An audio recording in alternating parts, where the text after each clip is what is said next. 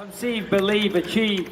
This is former UFC middleweight champion of the world, Michael Bisping. Paddy the Baddy here. You're listening to Combat Sports UK. And you're watching Combat Sports UK. Lewis Glover for Combat Sports UK here once again with UFC welterweight Adam Fugitt taking on Mike Mallott at UFC 289 on the 10th of June. How you doing, man? Thanks for joining me. Doing good, man. Thanks for having me on. Glad to be back. Yeah, anytime at all. Last time out, you got a very, very impressive stoppage win over Yusuke Kinoshita. How good did it feel getting that first UFC W? It felt great, man. I can't explain that. I had been envisioning and really going through my process of kind of visualization and stuff, and just have it kind of play out the way that it did. It was icing on the cake for sure. Did the fight go how you visualized, or do you sort of prepare for all different options, or was that a specific route that you were hoping to go down during your preparation? So depending on when I talked to you prior to that one, like I had this, I was visualizing getting the finish, getting the knockout on the feet. That's what I wanted. My ego told me I wanted to go in there and put the guy out where he's comfortable. And it did, as the fight got closer and camp continued, it wasn't there. I would say it was kind of blurry, right? The vision was blurry. I wasn't seeing it in 4K. And as it got closer, I kept going back to, ending up in a very dominant position on the ground, somewhere I'm very comfortable, and getting the victory there. And that's the vision that came in clear. And that's how I ended up seeing it towards the end. So just really kind of cementing my belief in the process of fight camp, and all those battles you got to go through. For sure. And you were in Vegas. Were there any big celebrations afterwards, or was it back home fairly quickly?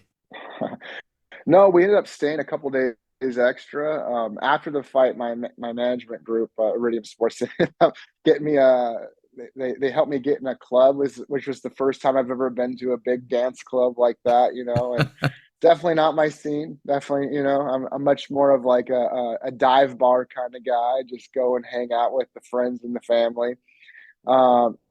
We also went to Meow Wolf, Area 15 Meow Wolf, the Omega Mart, with this little, I don't know what you would call it. It was an experience to go see this thing, and that was very cool. But the highlight for me was a dinner that we went to, me and my family and my girlfriend and one of my trainers. We went out to this really nice restaurant, and I'm going to screw up the name really bad. I think it's called La Strega, but just this awesome restaurant, and that was the highlight for me. I love food, so that was definitely the highlight. The stuff in my face at La Strega was amazing. Excellent. I like it. So your next fight is going to be in Vancouver. Before we talk about the fight, obviously you love food. Have you got any places lined up? Have you been doing your cuisine research for the town, or are you just going to play it by ear once you get there and you're done with the business obligations? So I've been there twice. I've fought in Vancouver twice now. Way back in the early amateur days of my Muay Thai career, I fought up there, and we went to this place called Luigi's, and it was some of the best lasagna I've ever had. So I'm going back there to confirm that make sure my taste buds weren't immature and telling me that it was the best lasagna I ever had. I'm going to go back and confirm it now that I'm a little older. That certainly sounds like a great plan. So you're returning to Vancouver, and just how exciting is it to be able to go and open up a main card of a numbered event, a UFC pay-per-view event? That's pretty damn awesome. I mean, it's a hell of a surprise. I tell you that. I woke up and I had just woken up and got a message from my dad. He's like, have you been informed of this? And what are you talking about? He's like, you're the opening event on the main card. I was like, no, I'm not. Get out of here. And yeah, sure enough, it's true. So, hey, from the apex to the opening of the main card, let's do it, man. I mean, this is awesome. It's a great experience, great opportunity. It's going to be a hell of an experience, and I can't wait.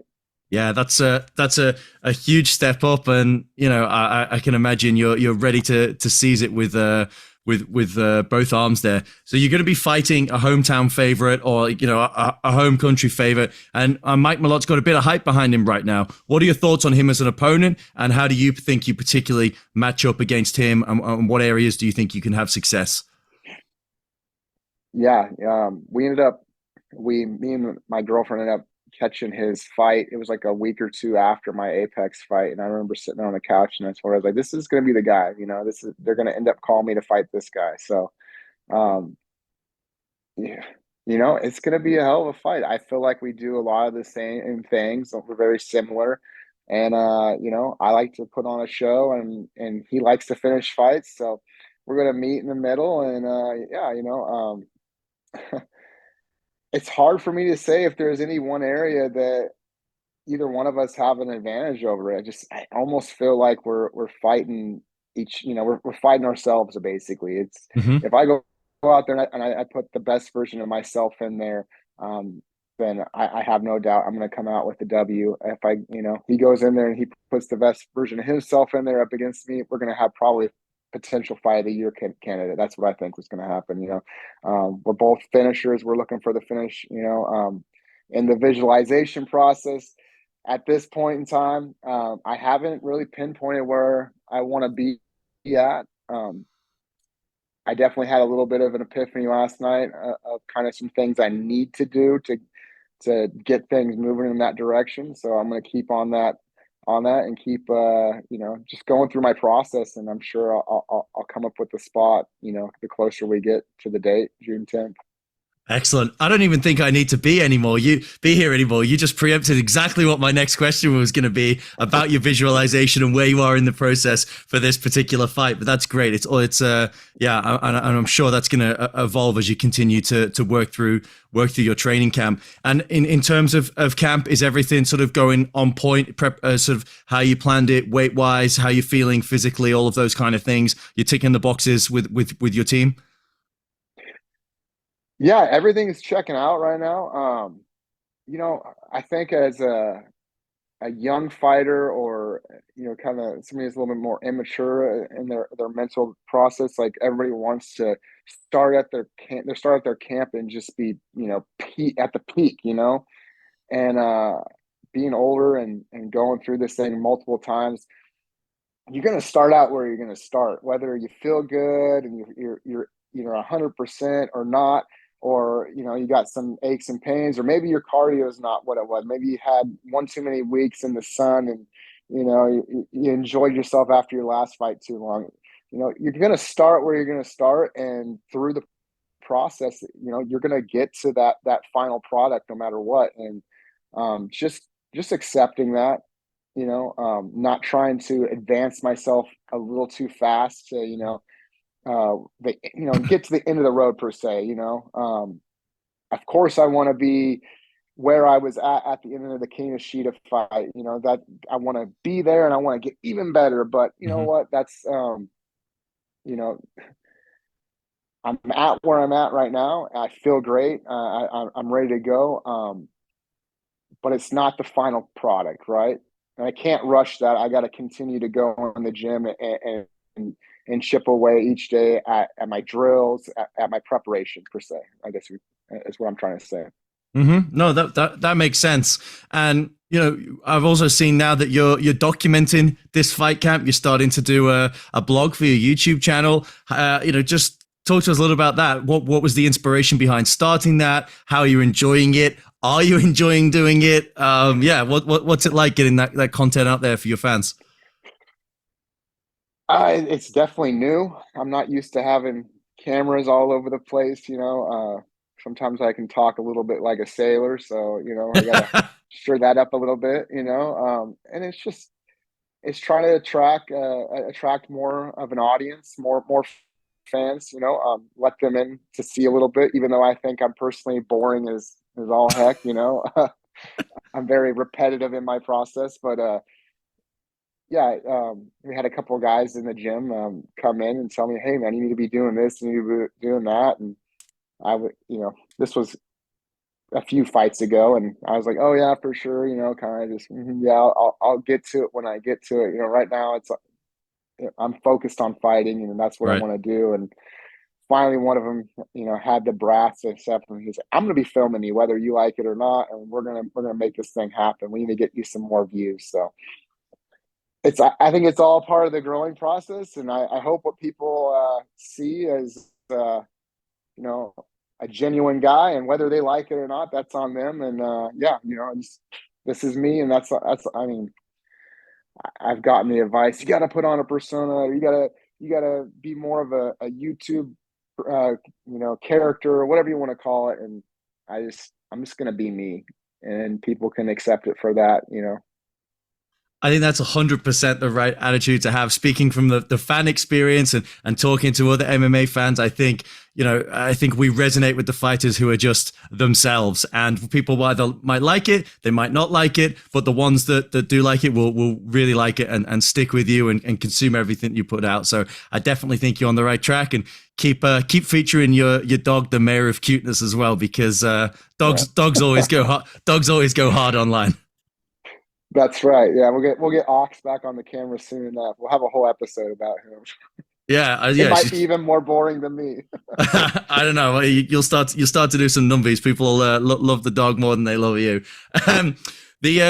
One last question I wanted to ask, Adam. This is the second time that you're fighting on an Amanda Nunes' featured event. I just wanted to get your thoughts on her career, her achievements, her legacy in terms of women's mixed martial arts and mixed martial arts as a whole. I mean, she's huge, man. She's the face of female MMA for sure. And I think that she's a legitimate, like, I love her journey. Let's just say that, right? She made it all the way to the top. She won the belt. She took it off of Holly Holm, I believe, if that's correct. She went in. She got that W against Cyborg to claim the helm of top women MMA fighter in the world. And and then she stumbled. She had a little, she had some, she had a defeat. We'll just say, I'm trying to talk more than what I should. She she has to overcome now, right? And I don't feel like any fighter really knows everything about themselves until they have to come back from a defeat. And to be on top of the world and like that, and then to have to lose and have to overcome it, and the way she did, I just think that speaks volumes about her. She's an amazing athlete. She's an amazing fighter, and I think it shows how mentally tough she also is. She's a full package. That's what she is. She's great, and I can't say enough about her. She's amazing.